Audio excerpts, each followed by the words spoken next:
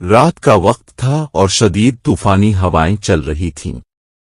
علی، جو ایک معمولی سا دیہاتی تھا، اپنی موٹر سائیکل پر اپنے گاؤں کی طرف لوٹ رہا تھا۔ راستہ سنسان تھا اور دور دور تک کوئی نظر نہیں آ رہا تھا۔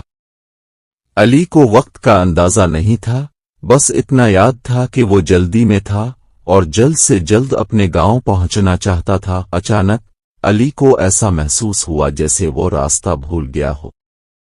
اس نے اپنی موٹر سائیکل روکی اور ادھر ادھر دیکھا، مگر ہر طرف اندھیرا اور سناٹا تھا۔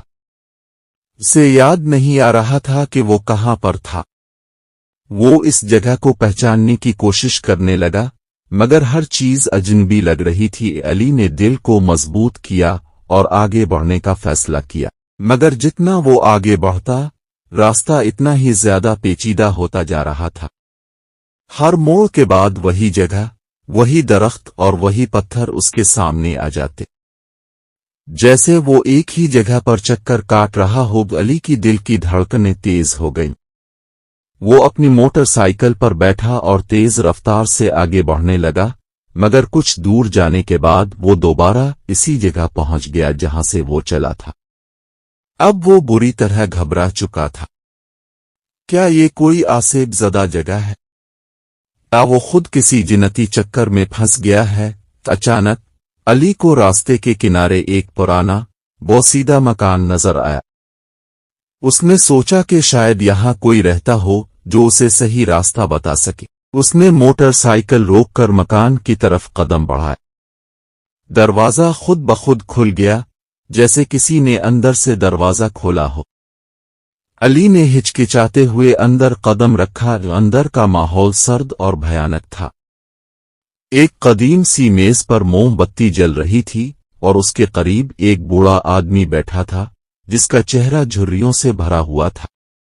علی نے ہمت کر کے اس سے پوچھا، بابا، میں راستہ بھول گیا ہوں، کیا آپ مجھے صحیح راستہ بتا سکتے ہیں؟ بوڑھے آدمی نے اپنے آنکھیں اٹھا کر علی کی طرف دیکھا۔ اس کی آنکھوں میں ایک عجیب سی چمک تھی۔ وہ دھیرے دھیرے بولا، تم اس جگہ سے بچ کر نکلنا چاہتے ہو؟ علی نے فوراً جواب دیا، ہاں بابا، مجھے اپنے گاؤں واپس جانا ہے۔ بوڑھے آدمی نے ایک گہری سانس لی اور کہا، یہ راستہ تمہیں گمشدہ کر چکا ہے، اب تم واپس نہیں جا سکتے جب تک تم اس مکان کے راز کو نہ جان لو۔ علی کا دل دھڑک اٹھا۔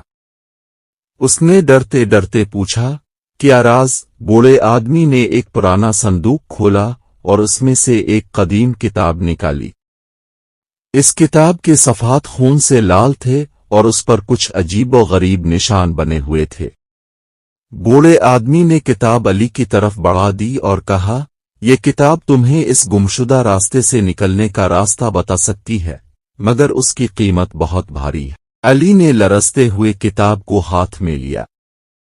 جیسے ہی اس نے کتاب کھولی، کمرے میں اچانک ہوا کا تیز جھونکا آیا اور موم بتی بجھ گئی۔